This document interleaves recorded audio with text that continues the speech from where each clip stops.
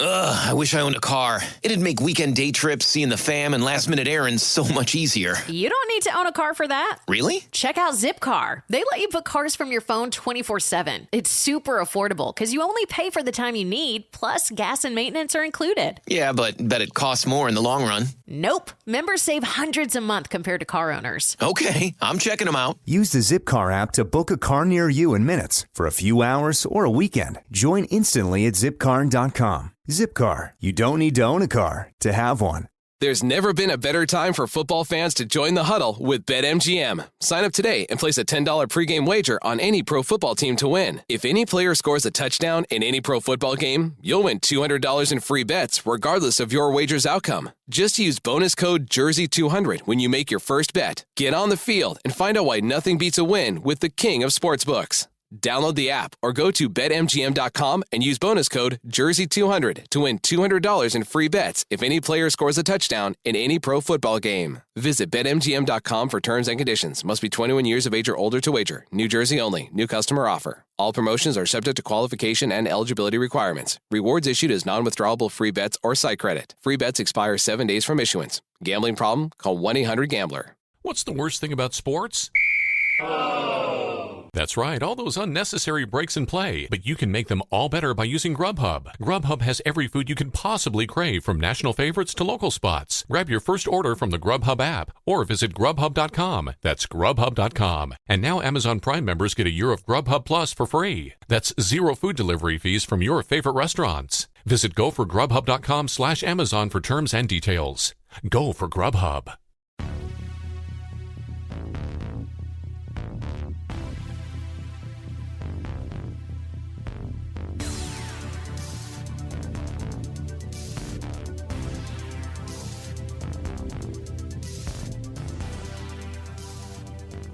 Hello, everybody. Welcome to another episode of 100 Words or Less, the podcast. I'm your host. As always, Ray Harkins. Thank you for downloading whatever day you were listening to this on. I know days are pretty much irrelevant right now with the quarantine going on because, you know, what difference is a Monday versus a Saturday? But anyways, you are here to listen to discussions about independent music and people that are involved with creating it in some capacity, whether that's putting records out, whether that's playing in bands. Whatever it is, they care about it immensely, and they're lifers. These are the people who I like to feature. And today I have JB Brubaker, who is the guitarist from awesome metalcore stalwarts, August Burns Red. I mean, they've been doing it for, gosh, I want to say that I first heard their name probably early 2000s, I want to say, or maybe even late 90s. I can't remember when Thrill Seeker came out. Maybe 2001? I don't know. But they are an incredible band because they have been able to transcend not only the confines of the Christian music scene that they were kind of initially thrust into, but then be able to shed the comparisons of many bands that they were initially compared to, and they're a great band and they put on a great show. So I had JB on, and this was, gosh, I want to say maybe about a couple weeks into the quarantine. So again, I don't really talk about that in the interview, but just always like to put it in the context for when you were listening to this. I hope you are doing well. I am, like day to day. I unfortunately had to put my 15-year-old pup to sleep recently, which was a sad day. But, she lived a good life. We adopted her. And, it's always sad when those things happen. But, was able to say goodbye to her and, send her off to the great unknown, as it were. But, she was a great dog. Rest in peace, Callie. And if any of you are experiencing any sort of,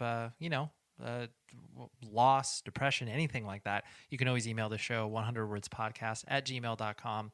And I, of course, am not a licensed therapist or doctor in any capacity, but I, try to make people feel better where I can. So, anyways, that's all I got for that. And let's talk to JB. Okay, here is the show.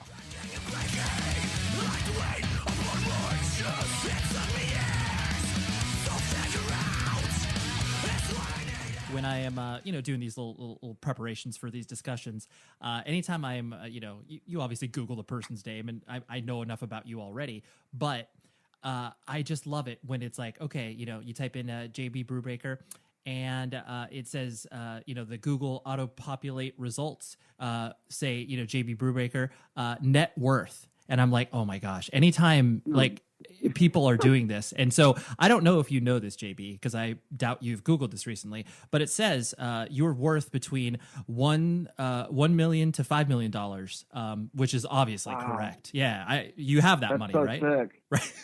Right. Holy shit! What am I doing? I know. I should upgrade my living situation. Right. I don't know why you're still, because you live in Pennsylvania, right? Still, obviously. Mm-hmm. Why haven't I moved to San Diego yet? Right. You still, I mean, you clearly are making wrong decisions, but I just find it so funny. But it does lead to a more, I guess, bigger, serious question where, considering this band has been, a part of your life since you were, essentially a child and now more adult-like now, how has it been for you to kind of navigate the idea of being like a quote unquote public figure where, people are clearly Googling your net worth, which is, hilarious in and of itself. But like, how have you kind of, I guess, learned how to be sort of that person without, kind of buying into the ego that can sometimes come along with that? Well, I still don't feel, I understand being considered a public figure, but it doesn't feel like that to me because I'm not, like, I'm still at the point where it's flattering when someone stops me and says, hey, I like your band. Like, that doesn't happen that often. And I'm still stoked when it happens. So I feel like to be a public figure is not, it's not a big deal to me. And I don't know if it ever will be, just based on the small circle that my band plays in, just in terms of how many people actually listen to this kind of music. It's a very small scene compared to a lot of different circles of music, sure.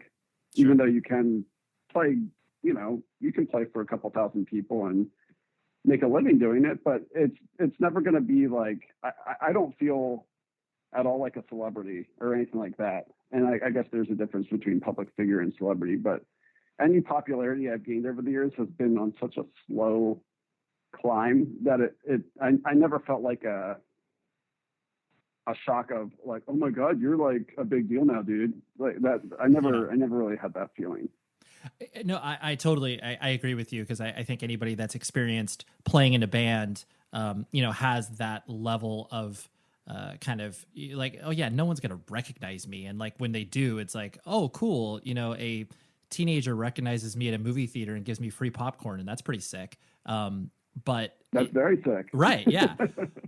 But I guess kind of whatever, digging a little bit deeper, just that idea of like, once this sort of, adulation comes towards you, where it's like, people do look up to you and people do look up to, not only your musical talent and the fact that, this band has existed for as long as it has, but there is sort of that, people looking up to you sort of thing. And I think that's kind of more because clearly, yes, like anybody playing punk or hardcore or metal, like, we're nothing compared to people like Brad Pitt or whatever.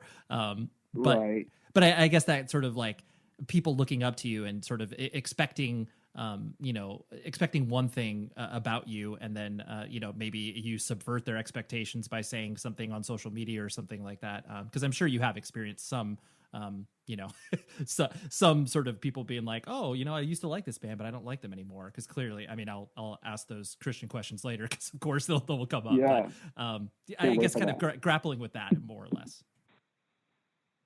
Wait, what did you say at the end there? I'm sorry, I didn't catch that. No, it's okay. I was saying, yeah. So like, how do you grapple with that more or less? Oh, with like letting people down because they've looked up to me. Yeah, that sort of transactional relationship. That's something that I have had to just sort of accept that it's almost like it's a lesson you learn similarly to how when you release new music. And I'm sure you've experienced this with being in a band. You'll post a new song, and I don't know if you're anything like me, but you read through the feedback because you care. Like, I care what people think of what we're doing as a band. And so we might get 100 positive comments, and then there's that one negative comment, like, they used to be so much better. This song sucks. It's not like they haven't been good since this album or whatever. And that's the one that sticks with you. And that kind of stings, but you learn to, as that happens more and more, which we've had a lot of that over the last 17 years of being a band, you begin to become numb to that, and you don't focus on those negatives as much as the the overwhelmingly positive things that you hear from people who care about you. So in the same respect, sure, I've let people down with maybe like saying a swear word in an interview or something. Someone who's a pretty like rigid Christian might be like, "Oh, I thought you were a Christian. I don't like your band anymore because of this or whatever." Like those sorts of things initially would have hurt me a lot more, maybe at 25 than they do now that I'm 35 and have experienced that so much more. I guess I've built up a tolerance for that sort of thing. Sure. No, that does make sense. And I think that, that probably just comes with your, you growing up and having perspective or maturity or whatever happens as you grow older, being able to navigate that more appropriately. Totally. I'm an adult now. I'm not a kid. Like right. I totally recognize that you can't be everything to everyone, Yeah, for sure. And you, like, to your point, you have to, make peace with that, where it's like, yes, if I am disappointing a person, it's like, well, that's probably less about me and more about them. Yes, completely. And usually it is like petty things like saying the word shit or something like that. That just so isn't important in the grand scheme of life. And I'm totally over it at this point. Right. Yeah, totally. I've built a bridge and I've walked over it. Right. Yeah. So kind of, putting the lens of focus on you as a person, I know you were, born and raised in the Lancaster area, because you don't say Lancaster because that's not cool. Yeah, I'm impressed that you know that. That's cool. Thank you. I appreciate it. Yeah, I appreciate that. I try to be, try to add my years of touring experience just so I don't look like an idiot. So I'm going to presume that your suburb / rural living, because Lancaster's a interesting city where it has that, that the suburb feel, but then there's a lot of people that, live in that general area.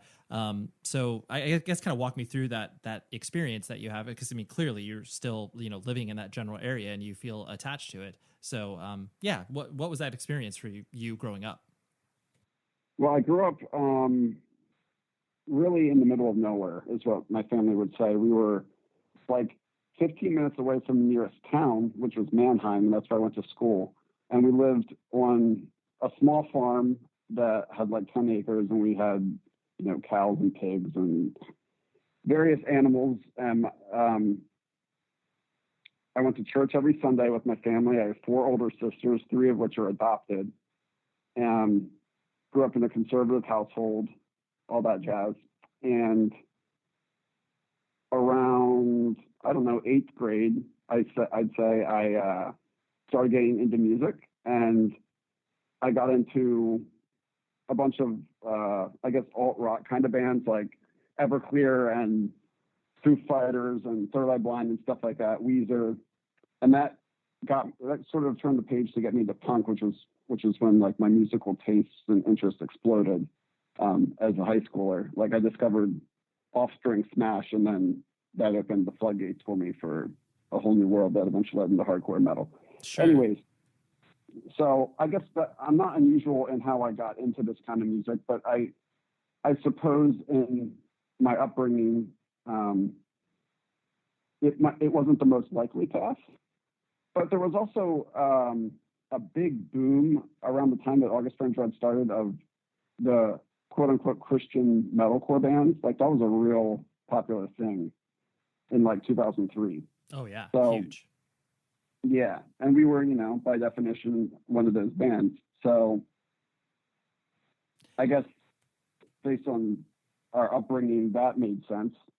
Sure. But just getting, yeah. But getting into like punk and stuff didn't necessarily make sense. And I wasn't being rebellious. I just liked the music and I liked the shows and I thought it was fun.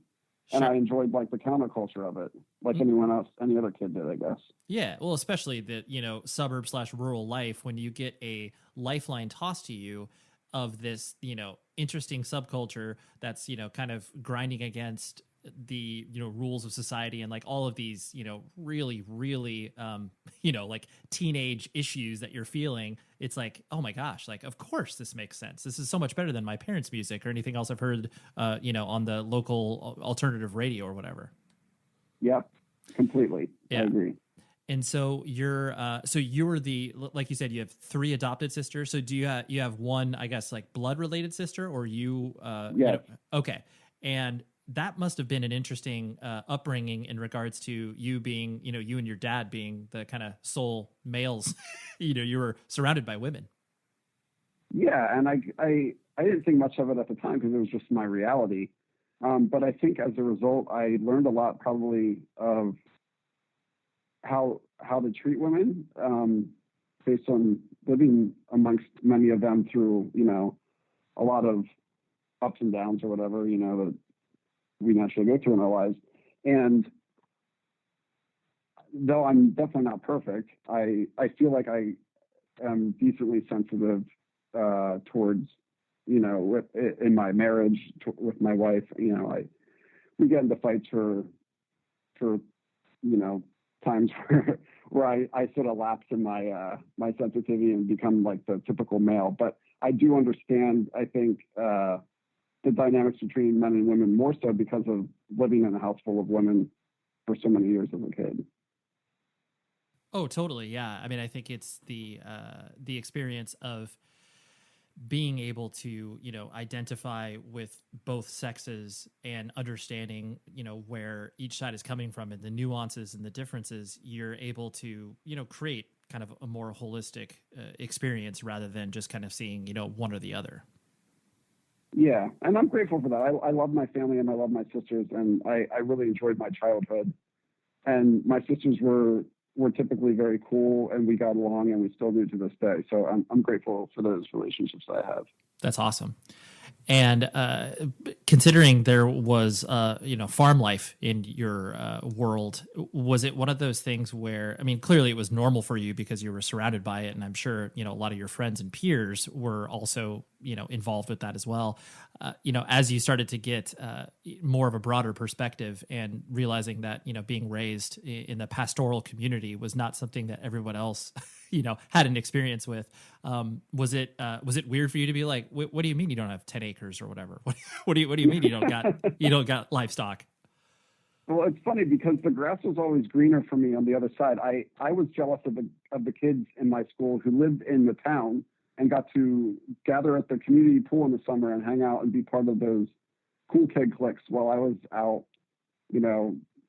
15 minutes away running around. Like maybe I go down to my neighbor's house and swim in his, 4 foot above ground pool, which was great. But I always had that, like, I wish I could be in the other place that I'm not. And that was in retrospect, I feel bad about that because I had it really good. Like I had wide open places to run around and play and ride my bike and, be a kid, which is really cool. I wasn't stuck in a city. So, right. I mean, I appreciate that experience now as an adult looking back. Sure. And I'm sure too, there was a lot more freedom in regards to the fact that, you could just wander around, whereas, that might not have been your experience if you were raised in the quote unquote city. Yeah. I could like run across the street and go play in the woods and build a fort and stomp in a creek and, that kind of stuff, which I think people who are, confined to city life would love to do. Sure. Yeah. Or at least or at least be able to like travel to have that experience. Cause I think that, usually people that are raised in, non-city and like, more rural areas, a lot of people just kind of look down on that experience and be like, oh yeah, you must've been, like stupid, but like, yeah, you can milk a cow, but like, you've never experienced culture or whatever. And it's like, no, that's not true. I experienced a different culture. Yeah. And it's funny though, because as I got older and August Burns Red started to tour more heavily and started especially touring outside of America, my perspective really started to shift. Just my whole worldview was reshaped from my small town mind, which was the fault of no one. It was just where I grew up. But touring really changed my perspective on a lot of things and opened my eyes to how big the world is and how it's cool to have different views and different cultures and to be our own people, Mm-hmm. Absolutely. And I think too, I mean, to your point originally of what you were saying with the attraction to, punk and stuff like that, I think that also really lends itself to all those trains of thoughts you're talking about, where you realize, like, I mean, I'll never forget, like, when I first heard Rage Against the Machine as a, upper middle class white suburban teenager, and being like, oh, not everybody's world is like mine. And then understanding that it's like, oh yes, like there are people who are, oppressed and not as privileged as what I have. And so, yeah, being able to reckon with that and understand where you kind of sit, not even on the hierarchy, but just kind of sit culturally speaking. Yep. Yeah, totally. And so as you started to, like you said, you kind of traveled, you said your local school was about like 10, 15 minutes away, more kind of located in the city. And that's when you started to experience kind of, I guess, kids that had a different lifestyle. Yeah, there was definitely I rode the bus into school, and the people who walked to school from their houses in town, like, I kind of envied that. And I thought that was cool. And they had like different groups of friends than I did. And as we got older, of course, there was more of a blending of social circles and stuff. But it was sort of like the kids who knew each other from being in town versus those of us who rode the bus into town to go to school. Sure. Yeah, you could see the difference there. Not because you were being judged or whatever, you just saw the difference. Man, I wish I owned a car. Why? Day trips on the weekend, seeing the fam, hitting up the vintage markets, last-minute errands. Oh, you don't need to own a car for that. What you mean? You don't need to own a car to have one. Okay. Yeah, just check out Zipcar. They let you book cars from your phone. It's super affordable. Gas and maintenance are included in your membership, and you only pay for the time you drive. Nothing else. Wait, really? Yep, and you can book by the hour or day. Bet it costs more in the long run, though. Nah, members actually save about $700 a month compared to car owners. $700 a month? Wait, so this isn't your car? Nope. I use the Zipcar app to book one for a few hours or a weekend. It's super convenient. Join instantly at zipcar.com and book a car near you in minutes. That's zipcar.com. Zipcar. Have a car without owning one in the city. There's never been a better time for football fans to join the huddle with BetMGM. Sign up today and place a $10 pregame wager on any pro football team to win. If any player scores a touchdown in any pro football game, you'll win $200 in free bets regardless of your wager's outcome. Just use bonus code JERSEY200 when you make your first bet. Get on the field and find out why nothing beats a win with the king of sportsbooks. Download the app or go to betmgm.com and use bonus code JERSEY200 to win $200 in free bets if any player scores a touchdown in any pro football game. Visit betmgm.com for terms and conditions. Must be 21 years of age or older to wager. New Jersey only. New customer offer. All promotions are subject to qualification and eligibility requirements. Rewards issued as non-withdrawable free bets or site credit. Free bets expire 7 days from issuance. Gambling problem? Call 1-800-GAMBLER. Check out the podcast Good Assassins, the unbelievable but true story of the greatest spy of World War II. Season 1 was a top 10 hit with millions of listeners, making it one of the top 20 new podcasts of the year. In Season 2, a mysterious agent is strategically dismantling the Nazis' violent grasp on France. They don't know her name, but they want this woman dead. Not only is she leading her own resistance factions, but inspiring others. The Gestapo sends a devious double agent to hunt down the limping lady before she threatens their entire push for Western Europe. But Virginia Hall was tougher and more resilient than anyone expected. I'm Stephen Talty, an author and a journalist, and from Diversion Audio, this is the dramatic story of a different kind of spy. Listen to Good Assassins on the iHeartRadio app, Apple Podcasts, and wherever you get your podcasts. Right, exactly. Yep. Rockabilia.com. You need your band merch, and they are the best providers of band merch I have seen around. They have 500,000 items, and then plus, use this code PC100words. That gets you 15% off of your order. So August Burns Red is on the show this week, right? They have so much August Burns Red merch you can shake a stick at, and they also have a ton of other items that you can check out. We're getting into summertime. They got tank tops. They have, I haven't looked, but I can almost guarantee they've got shorts from bands. They have a bunch of rad puzzles that I've seen recently. I'm in puzzle fever right now, obviously with everybody spending a lot of time at home. But Rockabilia, just the real deal, all officially licensed merch. They pay their bands. This isn't some horrific bootleg you're going to be getting off Amazon or eBay or any of those horrible Google searches that you're like, hey, I want a piece of this band merch. Nope. Just go to Rockabilia. You know you're getting the real deal. High quality merchandise. Okay. So rockabilia.com, PC 100 words is the code that will get you 15% off of your order. Okay. Thank you for your continued support, Rockabilia. Now on with the show. And so what kind of, kid did you find yourself being as you were going into, junior high and high school and stuff like that? Were you, a math guy? Were you, into theater? Were you a sports guy? Like, where'd you kind of, find yourself on the hierarchy of, high school, as it were? Yeah, I was a sports guy for sure. But, and I loved to play sports. I loved basketball and soccer, and I loved watching baseball and football. But I was tiny. It took me a long time to like grow and just be like a big kid. So I was like really undersized, and I never made the basketball team because I was just tiny and I sucked as a result.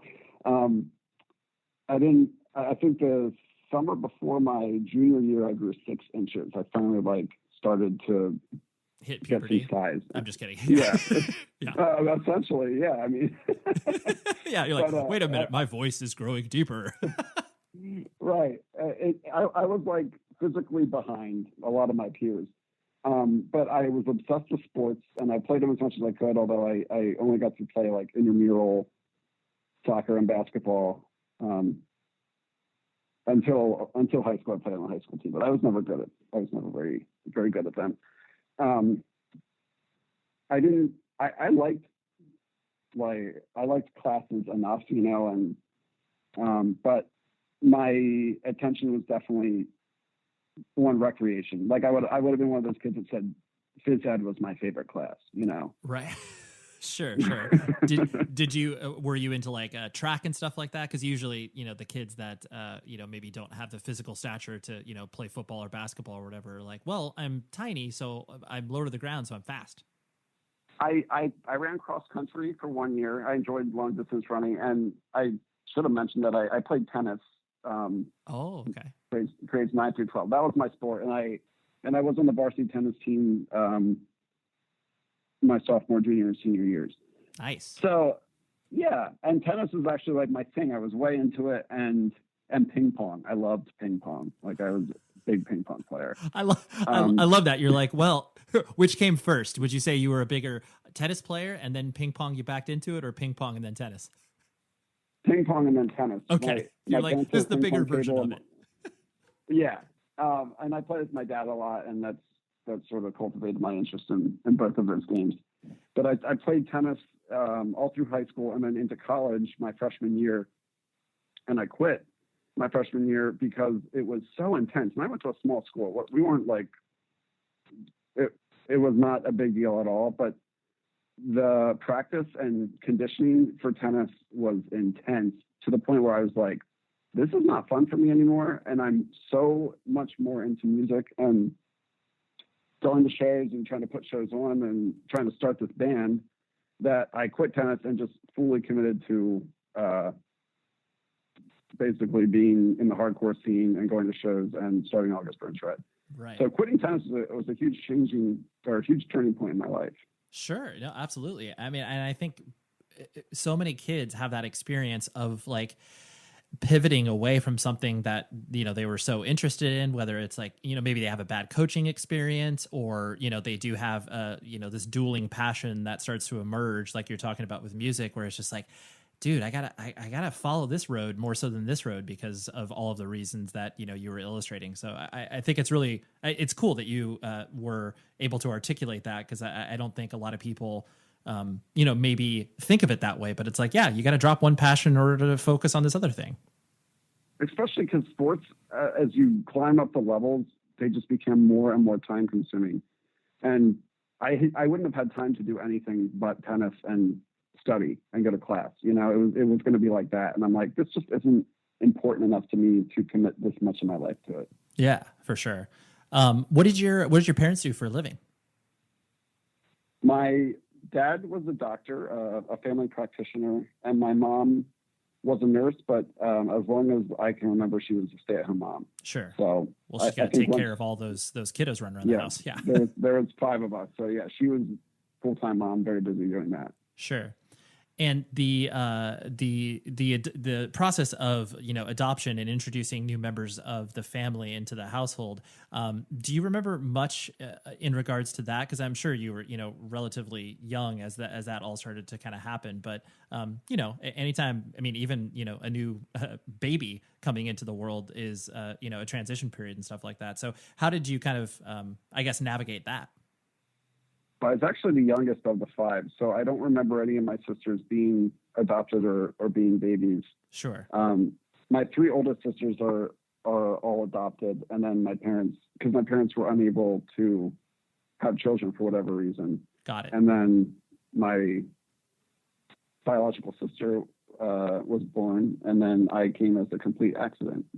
Right. A couple years later. Yeah, you were the surprise. You were like, oh wow, look at this. We didn't mean this. Right. That's right. Got it. But you know, I was a boy, so I guess it was a nice dynamic change. Right. Yeah, they're like, wow, it's not another girl. I guess this is cool. Yeah.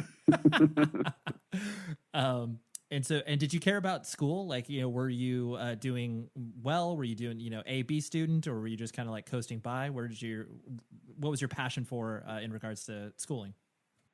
I was an A/B student with the occasional C, and as I got into higher math, that's where my C's came from. I just never. My senior year of high school, I took a statistics course, and we had a graphing calculator, and I spent all my time learning how to program this really crude text-based, like, choose your own adventure game that I would type out, and like I just learned how to do a lot of like basic programming, and I got a D in that math class, but I made this really stupid choose your own adventure game on my graphing calculator, and was really proud of that. Dude, so I learned something completely unnecessary, but sure. You know. Well, I still wish you had that, because that sounds sick. Yeah. I'm sure it would be really embarrassing for me to read through it now, but yeah, at the time I was into it. Dude, well, of course. I mean, I love the worlds that kids build, you know, whatever it is that they get into, and like, you were just so committed to this. I'm going to tell the story. I'm going to do this. And it's just like, if the teacher would stop annoying me, I would be able to get more work done. Well, and I've always been the kind of person who pours myself into whatever I'm into at that moment. Like I go 100% into whatever is pulling my attention. So at that time, this choose your own adventure story game on my calculator. Yeah, totally. No, that's great. And you know, it's been well documented that, you know, August Burns Red, like, you know, started with you guys in high school and stuff like that. But you know, like you said, punk was kind of your first introduction, and then you started to kind of peel away the layers and start to, you know, get more into, you know, hardcore and metal and stuff like that. You know, kind of talk me through that recognition of the DIY scene. And like you said, you know, you started to put on shows and you started to get really involved. But what was kind of like the next level beyond, you know, kind of the Offspring and Green Day and Rancid and stuff like that? What was the next kind of band or, you know, grouping of bands that kind of were like, oh my gosh, like, there's a whole nother world underneath this? Yeah, I guess I started to get more into the hardcore kind of punk bands. Like Bigwig was really important to me. Good Riddance. Basically, I wanted music I wanted it faster and harder. Like that was like the goal. But I wasn't fully like committed to getting into screaming yet. That I need like a bridge to get into screaming music. And bands like that for me were Poison the Well, who sang and screamed a lot, and Finch, What It Is to Burn was important to me. My senior year of high school, I really loved that record, and they screamed a little bit. Such a good record. Yes, I feel like that was like that was like an album that was important for so many people when it came out. It was so. I mean, at that time too, it was like. It was so easy for, I mean, I'm 39 years old, so I'm a little, how old are you? I'm 35. Yeah. So, well, I mean, whatever. I usually mark different generations in hardcore and punk like every 4 years, like high school. So, like, we were technically different. Sure. Yeah, different generations. But I remember it was like, Glassjaw had existed already. And so, like, listening to What It Is to Burn, I was just like, whatever, dude. It's like a Glassjaw ripoff. And then, like, the second or third time through the record, I was like, no, this is really good. Like, what am I talking about? It was awesome. And my least favorite tracks were actually the songs that featured Dale from Glassjaw. I was like, I don't like this guy's voice. Yeah. I never got into Glassjaw. I missed them. They were too aggressive for me, I guess, when they were blowing up, and I just missed the boat on them, which is funny because of some of the stuff I got into afterwards. But yep. So I guess Finch and Poison the Well opened my eyes to screaming, and then I discovered like Eulogy Records and a lot of the bands on that label, and Trustkill and Ferret, and they were putting out bands like Bury Your Dead. I loved Bury Your Dead, and I actually booked them a couple times at our local American Legion Hall. And then our first full U.S. tour was with Bury Your Dead, which was cool. Nice. Full circle moment. I'm sure you were like, "Whoa, dude, we get to tour with Bury Your Dead. We can break up now." I was so stoked, dude. That was really cool.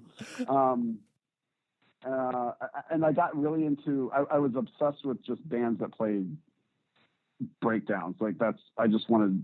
I was all into moshing and breakdowns and beatdown bands like On Broken Wings and oh yeah, classics until the end. Oh yeah, like, dude, that kind of stuff. I love. It's funny too. I'm really glad you kind of brought that idea up. Like when you start to get obsessed with a one particular style of music in regards to hardcore. Like clearly there's like a million different subgenres, but like you literally can't get enough. You're like, okay, what's another band that sounds like that? Okay, cool. Give me another band that sounds like that. And like your thirst is insatiable. Right. And there were so many bands too. And so many labels. And it was a really blossoming scene, I think. And as I started to discover more bands, I started getting into more stuff on the metal side of things. And I'd say bands like Converge and Between the Buried and Me opened up that next door for me of playing heavy music, but also with intricate guitar parts. It wasn't just breakdowns. There was a lot of really cool stuff going on between the heavy parts. And that's what really began to start influencing August Burns Red. We started out as, a local band when I was really into the beatdown stuff. Like I was saying earlier, a lot of the just ignorant breakdowns and stuff. And that's the kind of band we wanted to be. And that's all we could play at the time. We were pretty terrible musicians. But once I finally discovered, Between the Buried and Me and stuff like that, I was like, wow, this is technical and interesting. And A Life Once Lost, a great artist, if you're familiar with that record. That was really influential for us. And it's funny because they were probably heavily influenced by Meshuggah. But heavily is an understatement, but yes, yeah. Right. Right. And I never got into Meshuggah. Like I get how influential and important they were to so many bands, but I was being influenced by the bands that were influenced by Meshuggah. And that was like that a great artist by A Life Once Lost. That record opened my eyes to odd meter breakdowns and intricate rhythms and that whole world of that whole way of playing breakdowns. And that's something that August Burns Red really did a lot of and still do, I guess. Sure. That's kind of like a cornerstone of our sound. Well, I really, I appreciate your honesty in regards to, because I think that happens to everybody when it's like you get your lid blown off by a particular band because, they're touring at the time and like, they're in your scene or whatever. But like, there were a lot of bands that you could not, like you had no touch point for. So it's like, even though Meshuggah obviously existed, like, they weren't from Philadelphia. So like you weren't going to see them. And so I think that, you start to build off of your own personal touch points and influences. And you build, and you kind of, you, like you said, you recognize the importance of these bands that came before and you can like them, but it's not as like easily accessible. And I think that's what, silly purists are just like, oh dude, you like this band? Like they're just a rip off of this band. And you're like, well, that's cool. But like, I couldn't see that band. So at that, my 16, 17-year-old self could never have had that experience. Totally. Yeah. And you know what? I never really liked the vocals in Meshuggah. I never liked the vocalists in that band, and it made me not want to listen to the band. But I loved the screaming from a Life Once Lost. So if they were just second-rate Meshuggah, I didn't care because I liked the vocals with the music. So it just worked for me. You know? Yeah. You're like, Bob yells his head off and it looks like he's going to have an aneurysm every time. Yeah, of course. Totally. Yeah. And so, as you started to, play out and start to experience the world, as August Burns Red, because is August Burns Red like essentially your first band? Yes, my first and only band. Which is so fun. Anytime, I'm sure, I know you guys wear that as a badge of pride, but that is so rare. Yeah, it's weird. It is weird. But we just grinded for so long that it just, we're like, we're going to do this. This is going to happen. I don't care how long it takes. Like, we're going to make this work. And right. Yeah. And it eventually did. Right. No, for sure. Cause it's like, having these, 400 some odd discussions on this podcast, usually I find a fun anecdote of a person's first band, with like a terrible name. And then usually you can immediately identify what their band sounds like.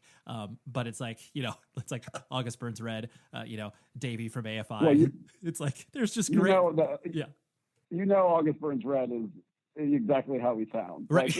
There's no surprise there. Yeah, no, that's very true. And still to this day, yes, you could easily be like August Burns Red. Okay, cool. Yeah, for sure. I get where they're coming from.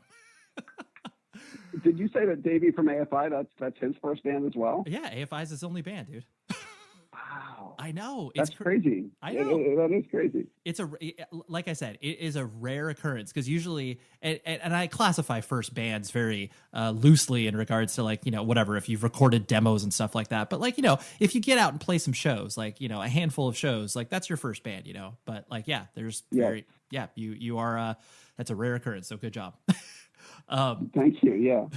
but anyways, so the fact that it is your first band, and you started to kind of, experience all of this as far as playing local shows and starting to do, playing out and stuff like that. How did your parents react to this really weird thing that they probably had no context for? And just kind of seeing I guess JB's playing guitar in a band. That's weird. Yeah, it was weird. I bought my first guitar when I graduated high school. And I remember I bought a crappy amp off of a buddy of mine for $50. And my dad was like, "What are you doing? Why are you buying this stuff?" It seemed odd to him that I was getting into it. And then I was really just spending all my time putting on shows, going to August Burns Red practice and playing whatever shows we could in college, to the point where we got signed and I dropped out of school after my junior year. And my parents had been paying for my education. And I imagine now as a parent, if I had poured tens of thousands of dollars into my child's education, only for them to bail on it 1 year, with 1 year remaining, that would really be hard for me to get behind. Yeah. But my parents were surprisingly supportive. They had the attitude of, yeah, you're young, go do this while you can. You can always go back and finish school. And I think they thought it would be something that fizzled out after not too much time. But at this point, they are so proud of August Burns Red, and they come to our shows when we play, in the Philly area or at home. And I can say that they've always been very supportive since they realized how seriously I was taking it, which is cool. And my parents are great for being supportive in that way. I think that would be difficult to do as a parent. Yeah, no, absolutely. Because it's not like clearly they're looking at it through the lens of, I don't understand this. What do you mean you're touring, playing guitar in a band? Yes, they understand the wide swaths of it, but most civilians, when you say tour, you're just like, oh dude, you're on a sick tour bus. And it's just like, no, we're traveling to 15 passengers. Definitely not. Yeah, not at all. Yeah. That takes 10 to 15 years. But, right. but the notion of they were just, concerned for your well-being, of being like, oh, I don't like, that's where they're coming from rather than being like, oh, we want to snuff out our child's hopes and dreams. Right. And they didn't get the music, which I understand. I wouldn't have gotten it either. And I'm sure that was a bit of a snag. But like I said, they were just so like, okay, honey, if this is what you want to do, we support you. Right. So more power to them for that. Sure. You're going nowhere fast, but okay, JB.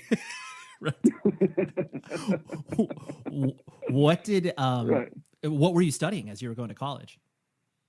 I was a marketing major and I was a business minor. So okay, both practical. I'm definitely working in an office if I didn't go down this path. Sure, that makes sense. And now you're applying those principles to everything you've been doing with the band. So the degree isn't, or your lack of degree isn't wasted.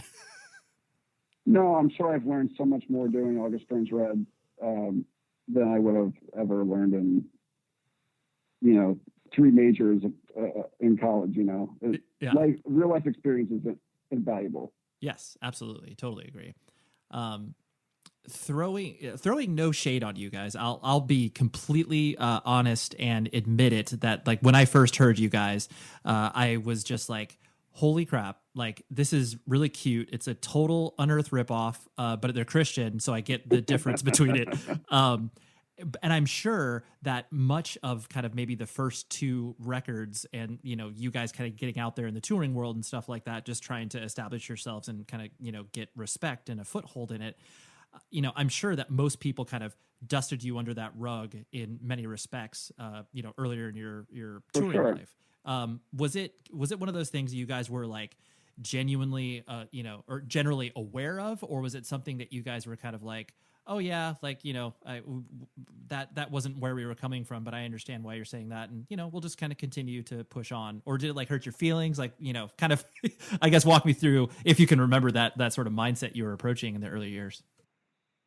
Well, we loved Unearth, so no surprise that we sounded like them to some degree. Unearth was and still are way better guitar players than Brent and I will ever be. And I often think that band should be way bigger than they are based on they kind of led an early wave of bands, and a lot of bands,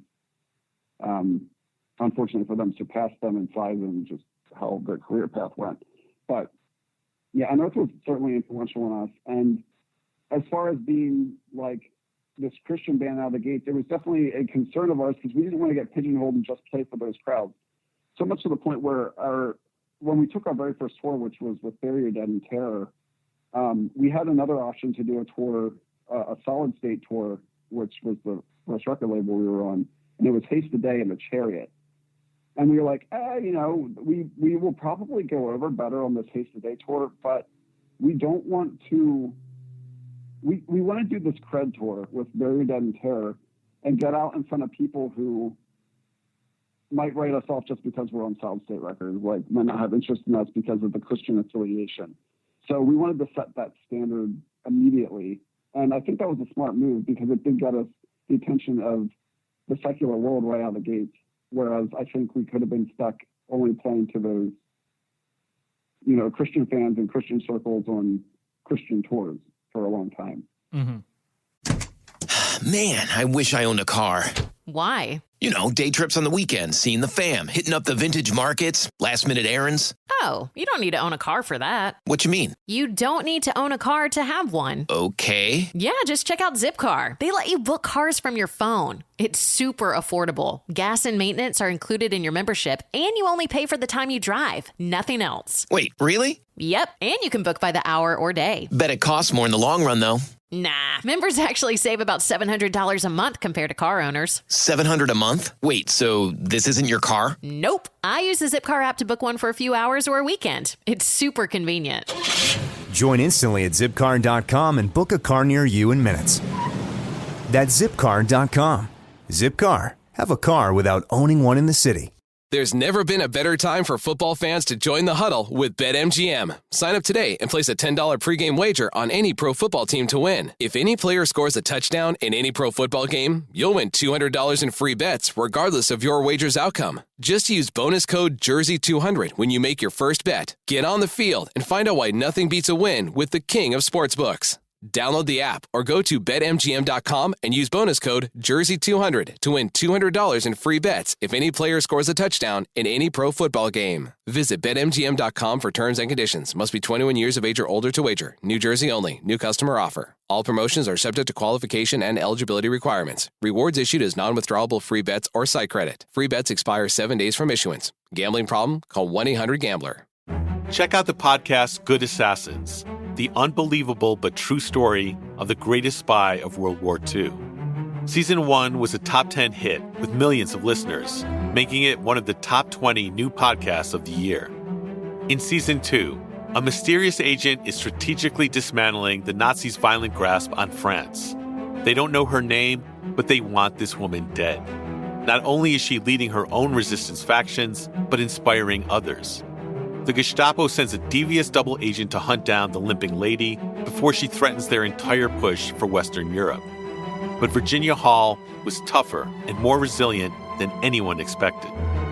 I'm Stephen Talty, an author and a journalist, and from Diversion Audio, this is the dramatic story of a different kind of spy.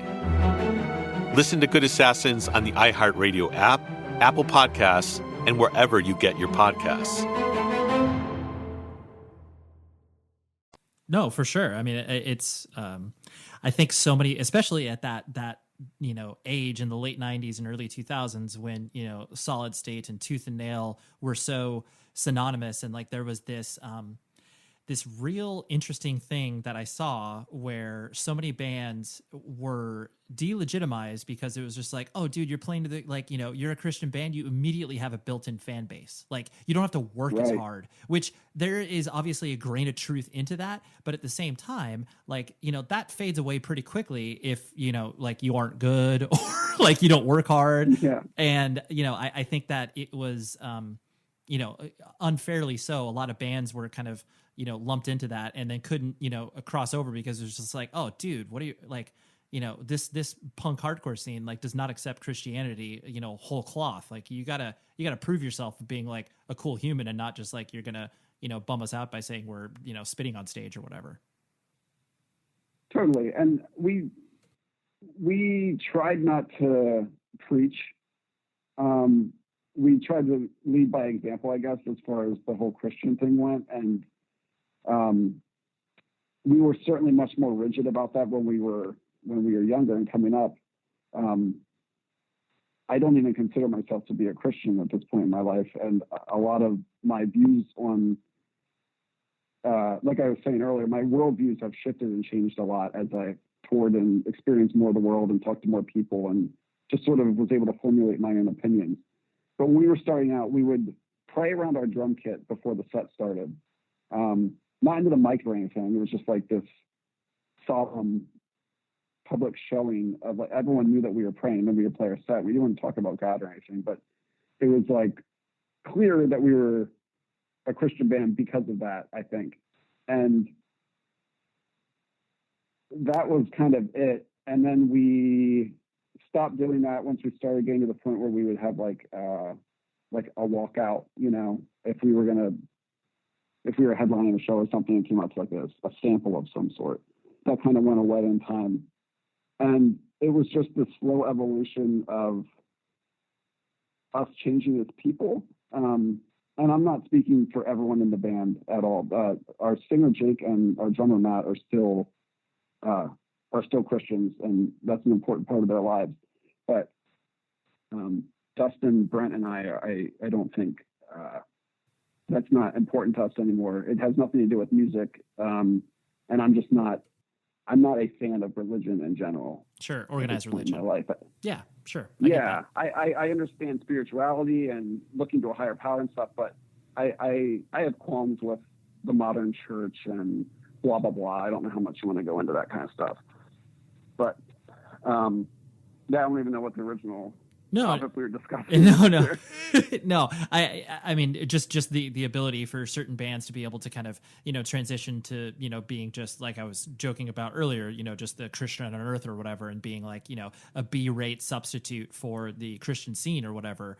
Because clearly it's like, I don't think I so remember this experience myself where it's like walking into a Christian bookstore and, like having these bands that were just like, blatant ripoffs of everything that you could possibly want in a quote unquote secular band. But it's just like, oh no, here's like the Christian version of Deftones. And you're like, yeah, but this sucks. Right. This is terrible. Sounds like Green Day. Like it'll be on the marketing sticker. Yeah. Totally. It's like, yeah, because you can't you can't like Billy Joe because he swears on stage, here's a C-rate version of Green Day. Right. And that came down to parents, what their parents were letting kids listen to. I don't think there were a lot of kids who necessarily only wanted to listen to those Christian bands, but their parents wouldn't let them have the CDs. Very important unless point. They bought them at these Christian bookstores. I mean, our drummer would be an example of that. He had to buy his music from places like that. So if he wanted to get into screaming bands, he had to look to bands like Norma Jean and Zayo and stuff like that because they were sold at the Christian bookstore, so it was deemed appropriate for him to listen to. Totally. And the thing that always bummed me out about that too was just like how expensive those CDs were. I felt like, whatever, you go to another record store and you can buy a Norma Jean CD for, $17.99, and the Christian bookstores are like $22.99. You're just like, what the heck? Like, is this an upcharge because, you're buying the CD in a safe space? It was so mean. I didn't even realize that was a thing. I never knew that, but I guess so. People, they were price gouging because they knew they could, I guess. Right. Because they're like, yeah, the parents are going to allow them to, I mean, I think that only happened for a couple years, but I just so remember it's like especially once that, Tooth and Nail and Solid State product was, quote unquote, allowed to be sold in, independent record stores and stuff. I was like, oh yeah, there's a huge difference. Like I'm going to pay, $6 less at this other store, but yeah, I digress. When you first started to kind of, feel like the band had, some wind behind its sails, and you started to, kind of understand and realize that there was, a business to this music business, was that difficult for you to kind of, navigate and understand, or was it something that you were kind of comfortable where it's like, well, yes, like, we've been kind of trying to build to this point, so this is just something that kind of comes with the package, so to speak? I always loved the business side of August Burns Red and doing music in general.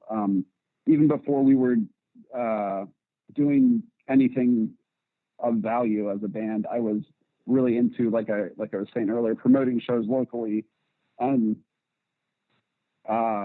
investing that money back into August Burns Red. Everything we did initially was just to make money to fund trying to get August Burns Red to the next step, or buy the old van or get like newer guitar cabs and those sorts of things. So that side of being in a band has always been really fun for me, and I feel like there needs to be someone in your band who's really committed to looking out for the best interests of the band as far as the business is concerned, because if you just hand everything over to someone else, I don't think anyone. It's hard for someone who's not actively a part of the band to have the same drive, I think, to look out for the band the same way that a member of the actual band would. And we had a great manager for many years who did great by us, but I was still heavily involved in the business side of things, as well as our other guitar player Brent. And I think that's a big reason as to why we've had the success that we have had, is because we've always been really careful with how we've handled our business and the decisions we've made. And we never just let it up to someone else to decide, what tour to take or how to spend our money on this or that. It was always coming directly from inside the band. Yeah. No, I agree wholeheartedly. And I observing you guys from a distance and, knowing a little bit of your intricacies, the idea that, there's always there should always be one or two band members that are staying relatively close to the business side of things, like you said, rather than, sometimes, I mean, clearly some band members like have no interest in it, and that's fine. Like they'll, be a voting, there'll be a voting process, and, they'll be like, oh yeah, I think we should do this. And then you can be like, oh, actually, no, I don't think that's a good idea. And they'll be like, okay, that's fine. But yeah, to your point, Totally. yeah, to your point, like people just kind of signing it off and being like, oh yeah, just let us know like when we need to like make a decision or whatever, rather than, kind of three hands on the wheel, so to speak, where it's like, manager, band member, other band member, like that's what you want. And that's what can hopefully lead to longevity.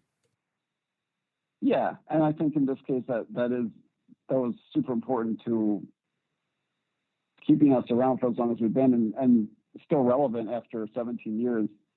I think if we had just handed the reins off and checked out and just played the shows and written the music, we would be clueless as to what was going on, and we would have sort of fallen by the wayside much more quickly. Sure. Yeah, I agree. And there definitely needs to be a balance. It's not just, it's not. The creative process also needs to include some sort of business. Otherwise, you'll never play, outside of your own city or whatever. Right. So, as, the band kind of, grew, and once you started to, kind of make these really, interesting jumps in the band's career where it's like, okay, we sold 500 tickets in this city, and then like now we're playing 1,000 cap room or stuff like that.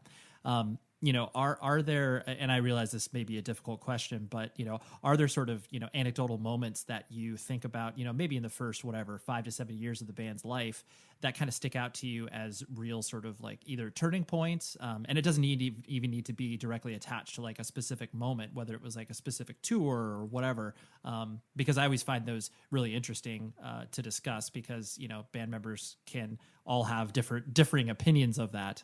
So is there anything that kind of sticks out when I talk about that? Yeah, there's a few, I think, sort of, I'll say launch pads that we've had or moments along the way that we felt growth and momentum behind the band. When our second record, Messengers, came out, we had no expectations on sales or anything at that point. And we were at Cornerstone Festival out in Illinois. It was in 2007. And our A&R, John Dunn, was there from Solid State, and he told us that our first week numbers were in, and we had sold a little over 7,000 records, which was a shock and a surprise to us. And I think we were like number 81 on the Billboard charts. And that was the time where we were like, wow, okay, cool. We're like starting to catch on a little bit here. And then on our next album, Constellations, I don't remember what that sold, but I remember on the headline tour we did for that, we sold out the Chicago House of Blues on that tour at 1,300 tickets. And that was a big wow moment. That was the first time we had ever sold over 1,000 tickets on a single show, and it was far from home, and we had been touring hard, and that was one of those moments where it seemed like all the supporting we had done for the past however many years was beginning to pay off. That's really cool. Yeah, that was like a feather in the cap kind of moment for us, I think. And Sure. then doing the Warped Tour in 2011, we got to play on the main stage as one of the quote-unquote headlining acts on Warped Tour, and our record Leveler came out on that tour and sold 20,000 records in the first week and debuted pretty high on Billboard, and that whole summer, like, it just felt like we had arrived. That felt like the big coming out, like we meant something everywhere we went, which was cool. Yeah, totally. And what's really cool too is the fact that, earlier in the conversation, you were mentioning all these bands that, you got to do early tours with or were influenced by. And then, you started to be able to not only bring them out on tour, but tour with them and kind of have these people that you looked up to now be your peers, as opposed to, just a person you admired from afar because of their musical abilities and stuff like that. Talk to me about that process of kind of like, feeling like you are at the same level or even, frankly, sometimes more popular than these bands that you were clearly influenced by. In 2007, we took out A Life Once Lost as our main support. So that was like That was weird, one I'm of sure. those moments. It was weird, but it was cool because I never really knew those guys before that, and we got to hang out with them. And I was the annoying guy on tour who was always like, "Show me how to play this riff from this song." Like You're just a Punisher. I love it.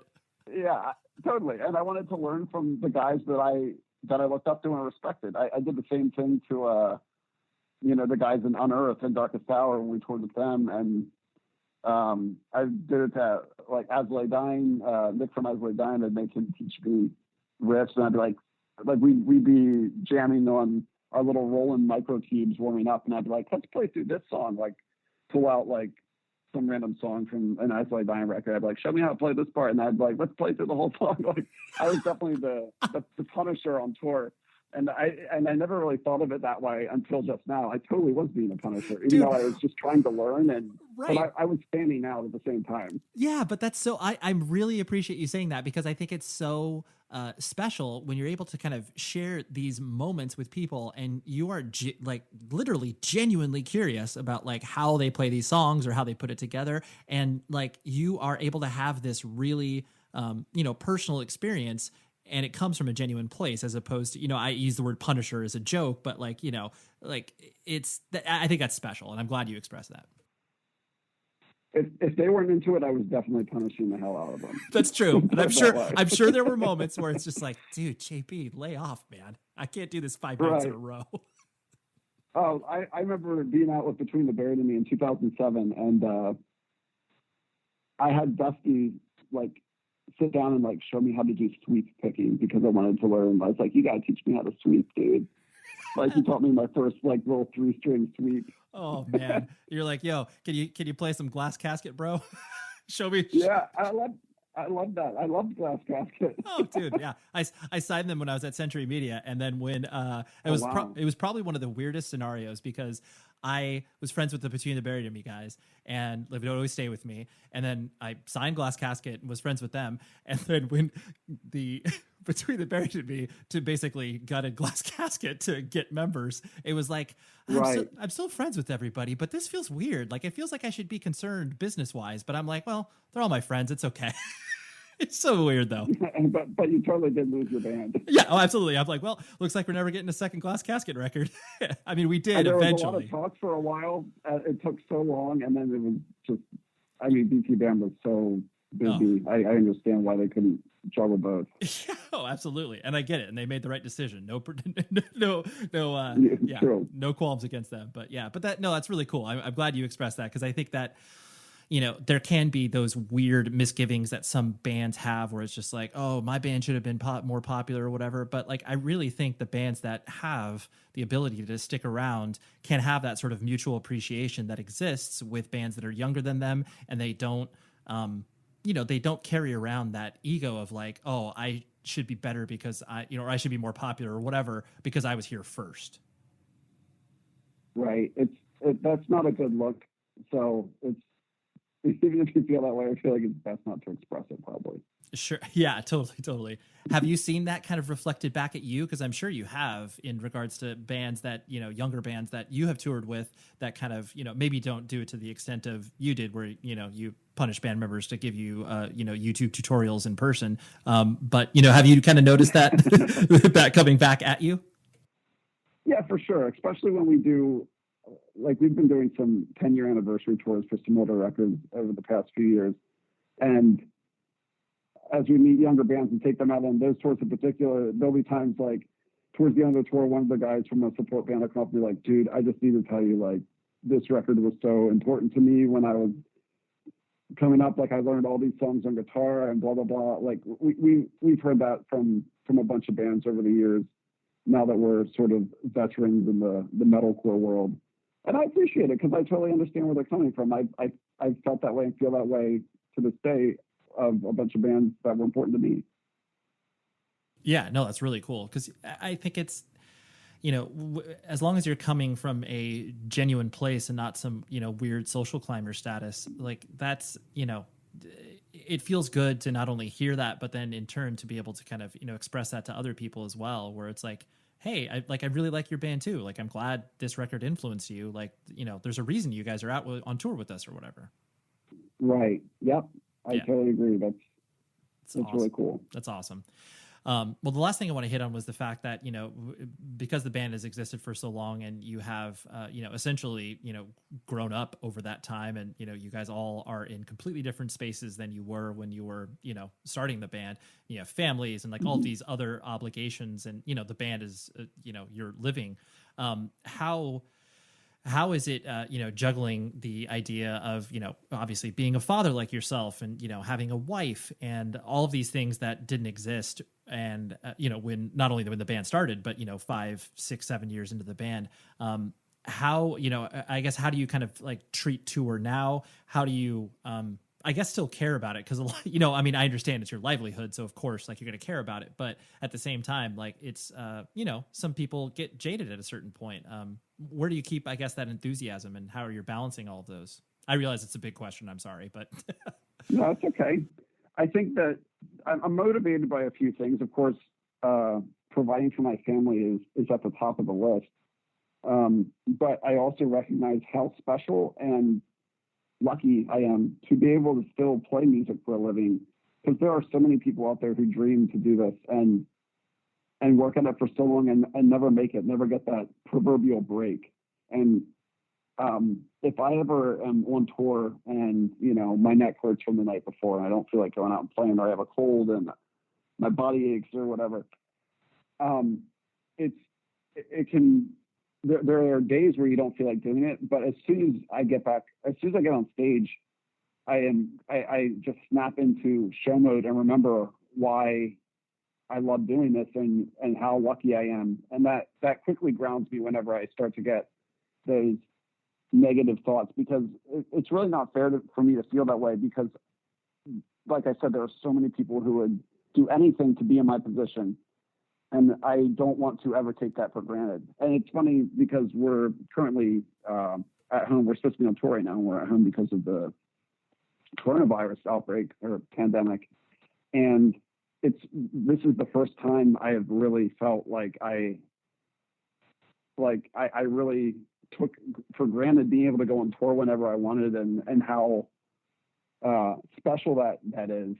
And now that I don't have it, it really has put things in perspective for me, even more so. That's it. Yeah, no, that's true. Because I do, when you get, especially, the pace that you guys have, handled everything over the past, 5 to 6 years, where, you guys have played a lot of shows. Like, you guys have done a lot, and you've made your presence felt, worldwide, and continued to do that. To be able to take this unintended pause and to be able to realize the importance of you being at home, but at the same time, the importance of you also being away. I'm sure that's kind of a weird juxtaposition that kind of collides in your head. It definitely sucks being a father and having to leave my wife at home to fend for herself with a wild 2-year-old boy who's a great kid, and I love him to death. He's awesome. But 24 hours of parenting for 6-7 weeks at a time is a lot on even the most patient of people.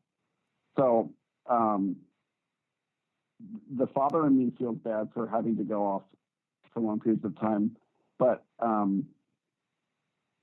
the husband and provider in me knows that it's what I need to do for my family, and my wife understands that too. I've been in the band as long as she's known me, and she's only known me as a touring musician, so she's used to me coming and going, and understands why I have to do it and why I want to do it, and that it's a gift, and that we're very lucky that I have the job that I have. So with touring, there are always going to be pros and cons because of how it removes you from your second life, basically, your life at home. But it's important to find someone who understands that. If you're in a relationship as a touring artist, you got to find someone who understands they have to see both sides of the coin, or it's just not going to work out. Yeah, absolutely. Yeah, then it'll just be fighting, and there will be no consistency in the relationship, and it'll fizzle for sure. last thing, I promise, where your son, I know you've taken to shows, and he's probably, well, not taken to shows of watching you play maybe, but maybe watching you play a little bit or whatever. Clearly he's only 2 years old, so he has very little concept of the world and stuff like that. Does he find it funny? Like, what, how does he react to you playing guitar and stuff like that? I think he knows I play guitar, and that's what I do. Like, that's Daddy's work. I don't think he quite understands what the band is. It's all very novel for him. He was at our pre-production before we started our tour with Killswitch Engage a week or so ago, and that was just a barrel of monkeys for him. He loved being there and getting to walk around the stage and hit the drums and all that kind of stuff. It's all novel for him at this point. I don't even think he recognizes when I go away on tour, like where I've gone, and that I'm, he's living in the moment, which is nice, because it's going to get harder as he gets older and is asking questions as to where I'm going and why I have to leave for so long, and all those sorts of things. Yeah. So I don't look forward to that happening, but it's inevitable. Yeah, for sure.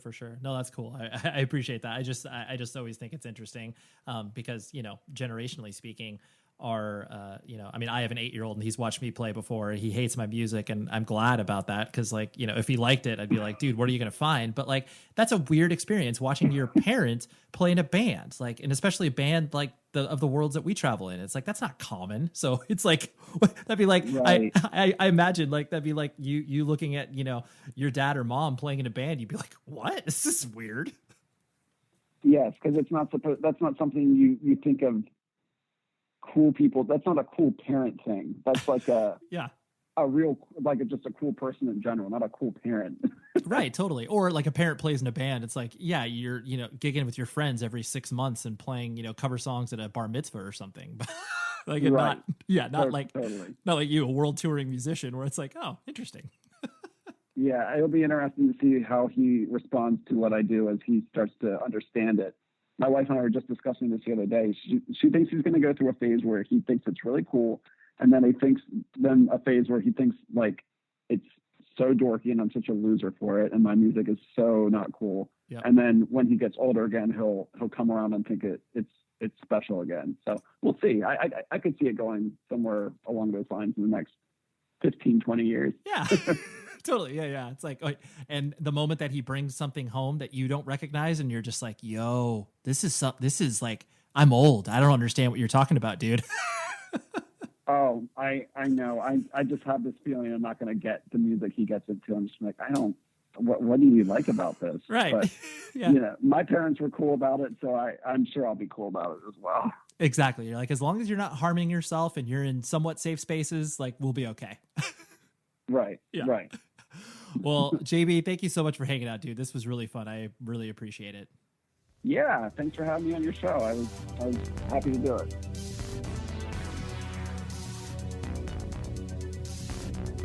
That was a great discussion, right? I appreciate JB because not only was he excited to appear on the show, which obviously always is a positive thing, but was open and honest about all of his experiences in playing in the band and, sometimes the uncertainty that comes with playing in a band. So thank you, JB. I really appreciate it. And that's what we had for this week. Next week, I have a discussion with Matt Honeycutt, the vocalist from Kubla Khan, Texas, or TX as they are called. They are an amazing hardcore band, and I love what they do. I kind of wrote them off for a long time through no other reason other than just like, whatever. Seems like a, silly metalcore band with a name that I don't really care about. But Matt is the real deal. Very thoughtful, very insightful conversation. So that's what we got next week. And until then, like I always tell you, please be safe, everybody.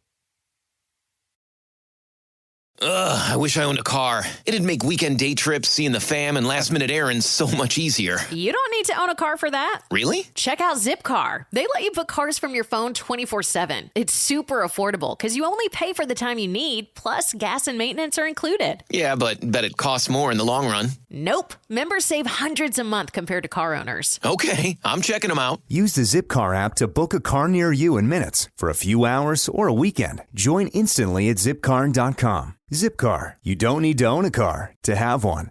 Down at the 50. The TV is on, your friends are ready, and now it's time to get the food. Grubhub is here with your order. Don't just plan for a successful Sunday night watch party. With Grubhub, you can plan for the whole football season because Amazon Prime members get a year of Grubhub Plus for free. That means paying $0 on your deliveries from your favorite restaurants. Go all the way to the end zone with Grubhub. Download the Grubhub app today or visit goforgrubhub.com/Amazon to know more about our Amazon Prime deal. Terms apply. Do you love movies? Well, I have the podcast for you. Hey there, this is Mike D from Movie Mike's Movie Podcast, your go-to source for all things movies. Each episode explores a different movie topic, plus spoiler-free reviews on the latest streaming and movies in theaters. You'll also get interviews with actors and directors to take a look behind the scenes of your favorite movies. Listen to new episodes of Movie Mike's Movie Podcast every Monday on the Nashville Podcast Network, available on the iHeartRadio app, Apple Podcast, or wherever you get your podcasts.